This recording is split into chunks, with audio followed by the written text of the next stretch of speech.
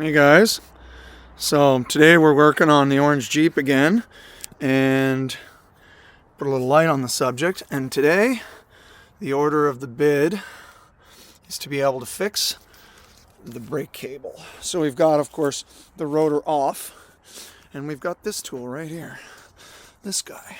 So we've got a replacement one because, of course, we've got two Jeeps, because when you own a Jeep TJ you have to have two because one's always frickin' broken. So we've got this assembly. This is surprisingly in good shape. So this is extra greasy. And so this one actually works and it's not seized. That one, unfortunately, is seized. So we're going to strip this one for parts. Surprisingly, if there's actually anything good on it, we have all this Ottawa rust, of course. So now we have to be able to change out that. You can see the actual cable itself on this one. That's the actual emergency brake cables. So we have to be able to, this one's surprisingly in good shape. So that has to be simply done. But on this one, oh, you have to have two of them. You always have to have two Jeeps because, of course, you always need to have a parts vehicle. You told people Jeep sucks. Well, that's the thing. How many people? I want your comments, guys. First of all, again, because of the Ottawa.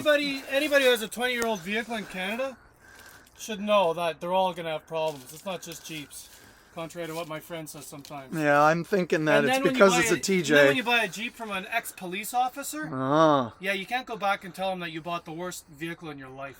Nothing against the Jeeps. This is my original Jeep. It was awesome. And then I bought that thing, and it's been a nightmare. And I'd love to go back to the guy who sold it to me and tell him off, but I can't. Because he's a lawman. Don't do that. Yeah, you're not allowed to do that. So the idea is, of course, we have to try and get the axle, of course. So you can hear all the rust that falls off this thing. So to be able to get the rotor off, of course, you have to be able to shake her loose. And then you have to be able to try and hit at it on the backside to be able to try and pull this forward. And sometimes there's an adjuster inside because, of course, things, of course, are seized. This is actually, oh, there you got it. So you can be able to pull that guy off. There you go. But look. Nice and greasy. You have axle seal problems. Yep. So, of course, when the axle seal that's deep inside the center slings out, and unfortunately you end up with a bit of a greasy problem. So you've already done the axle seals? And now sometime. Yeah. So, of course, the axle seal that's deep down inside there, this is what happens. So I guess with the front brake that was broken and the back brakes, but you actually had brakes on this thing. Yeah, I had brakes, they worked fine.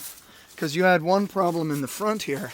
Well, the asshole mechanic wanted to replace every cotton picking line. Yeah. Instead of just the one that was broken. So you actually tied off the brake, or there was a line that actually you just took it off and left it off. Because this, unfortunately, there's your front brake lines. It's actually right in the front of the vehicle.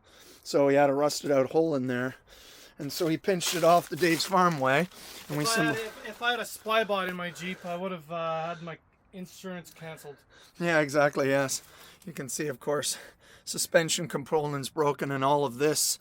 This, of course, all this linkage. Years and under, there once was a time when vehicles didn't have spy things in them. Yeah. Tell you everything. All those insurance companies want to be able to say how you're driving, how fast you're driving, where you're driving, what speed you're driving. How many people were in your vehicle? Yep. So these kinds of things, of course, help insurance rates, or do they? You tell me, guys. So anyways, we have to get any kind of... 1984 all over again. Getting there. So we'll take that and we'll strip it for parts. Because of the grease, it should be in good shape. We'll wash it off, clean it up, and we'll put it over here. So anyways, guys, time to shut up. And we're going to change the emergency brake here, and we'll wash it down with brake clean. You can see this is in much better shape. No rust. That's the biggest thing. No rust. This is for an Ottawa vehicle. She's pretty good. Oh, so yeah. Check this out too, Ian. Yeah. You want to talk about a junkyard vehicle I was throwing together to scam me with? Check Well, this out. Look. What's that say? Well, this is from the Jeep. Look. Yeah. Junkyard. Yep. Yeah. You can see a junkyard rating. Everything. Because this one right here is actually many vehicles put together, and so we've had to be able to do it a few more times. So anyways, guys, SAN 379 out.